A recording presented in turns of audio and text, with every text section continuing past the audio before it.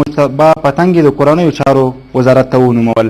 موږ په نننۍ خپرونه کې څېړو چې ولسي جرګې تیره او اوسنۍ پرېکړه څنګه پرتله کېدای شي او جمهور رئیس څه مجبوریت لري چې دا یو څو د ګوتو په شمېر کسان په کابینه کې ښکته پورته کوي.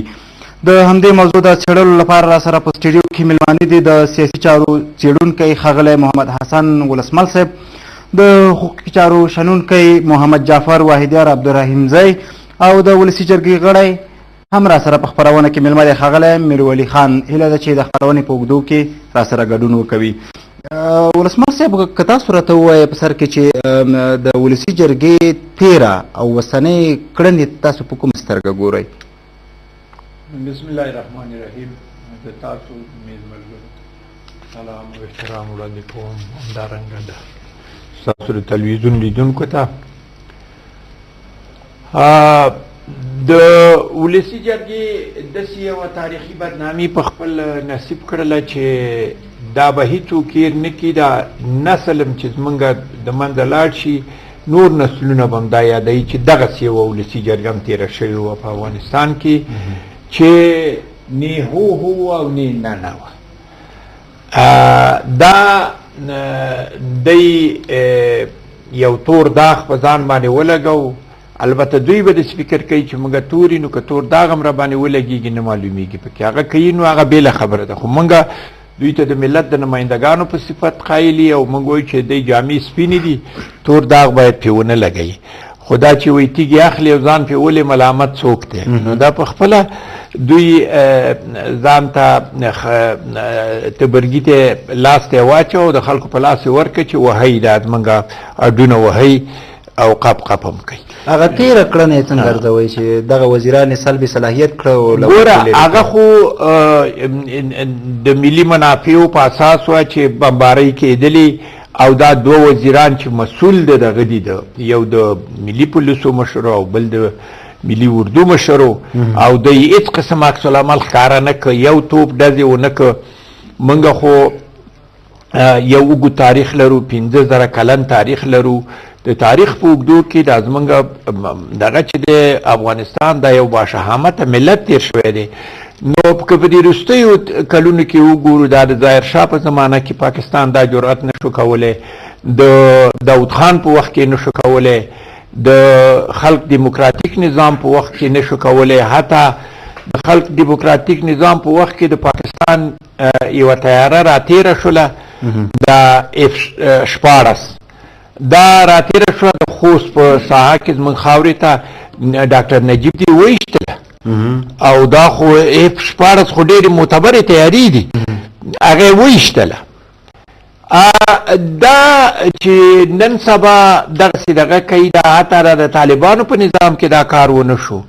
دا چې د کرزي صاحب په وخت کې دا دغه کېږي، دا د کرزي صاحب لویه ناکامي ده او کرزي صاحب دا خلکو ته دغه کوي چې یعنې زما حکومت ته باید د حکومت په سترګه ونه ګورئ. ډېره مننه ولسمل صاحب. بېرته راګرځو واحدیار صاحب، که ولسمل صاحب مخکې اشاره وکړله چې ولسي جرګې لومړۍ پرېکړه د ملي منافعو په ګټه وه او وروستۍ پرېکړه یو داسې داغ پرېښودو چې ولس به یې د تل لپاره یاد ساتي. څه فکر کوئ چې ولسي جرګه ولې داسې دوه پرېکړې کوي په عین وخت کې او څه مجبوریتونه لري؟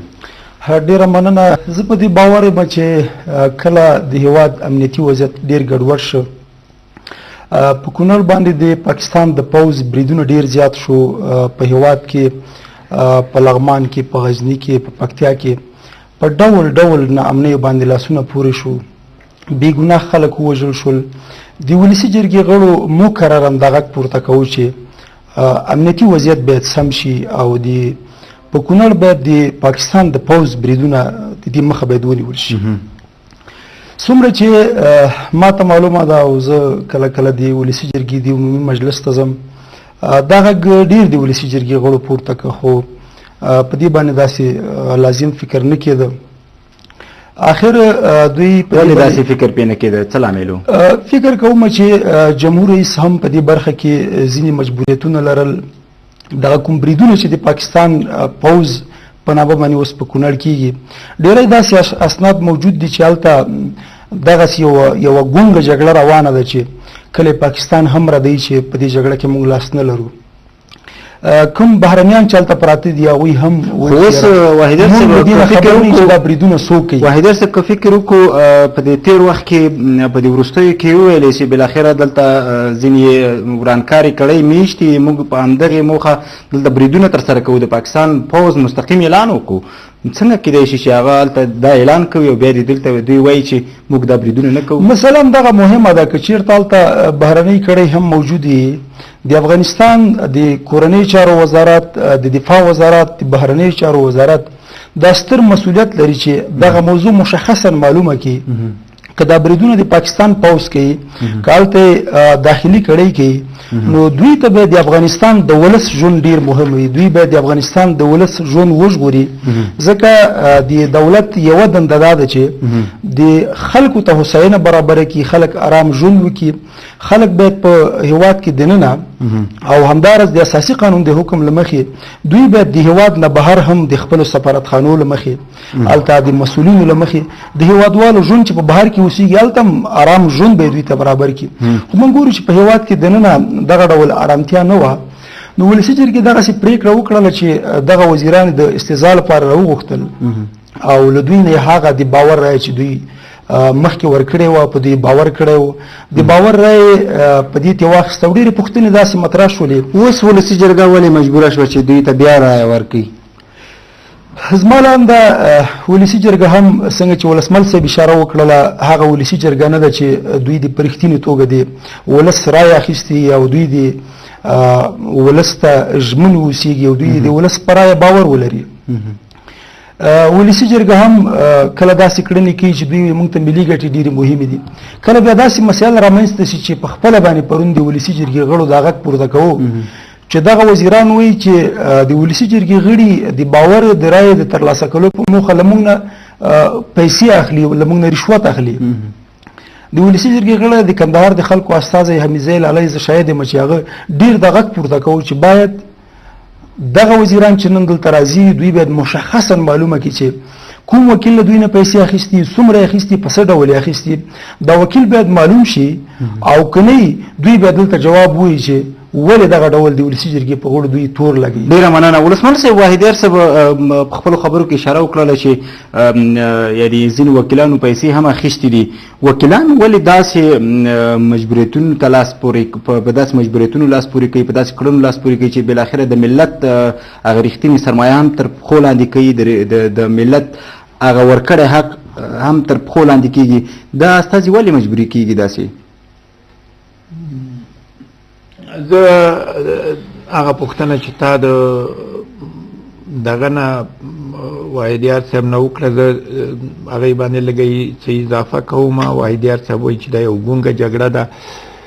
دا ګونګه جګړه نه ده، دا یو واضح تجاوز دی د افغانستان په ارضي تمامیت باندې او دا به تاسو ته دغه چې په راتلونکي جنګونه چې په دنیا کې دا به ټول د اوبو په سر کېږي. پاکستان غواړي چې په هر قسم چې د کونړ سیند ترلاسه کړي او په دې باندې حاکمیت ولري ځکه چې دې ته دوی پوهېږي چې په افغانستان ډېرې پروژې لري. د کامې د بند پروژه ده، مثلا د کونړ د بند پروژه ده، د خیوه کې یو بل بند جوړېږي چې د ګمبیري د دښتې نه به تېرېږي، دا قسم ډګه یو بېرته بیا د چپلیار او د کوټ او د کم ځای د رودات او تور راغه دا ځمکې به ټولې ابادېږي چې د 10 کانالونو ځمکې پکې وځي. دوی پوهېږي چې د واورې کمیږي او پس د دې سیندونه هماغومره اوبه نه لري او کوم تاسیسات چې پاکستان زموږ اوبو باندې جوړ کړي دي بیا به دوی ته اوبه نه رسېږي.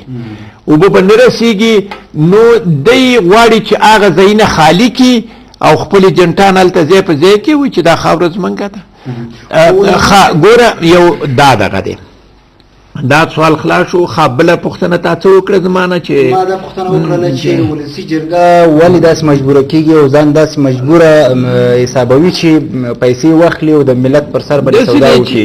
داسې دی چې ولسي جرګې په خپله پیسې ورکړي دي چې وکیلان شوي دي.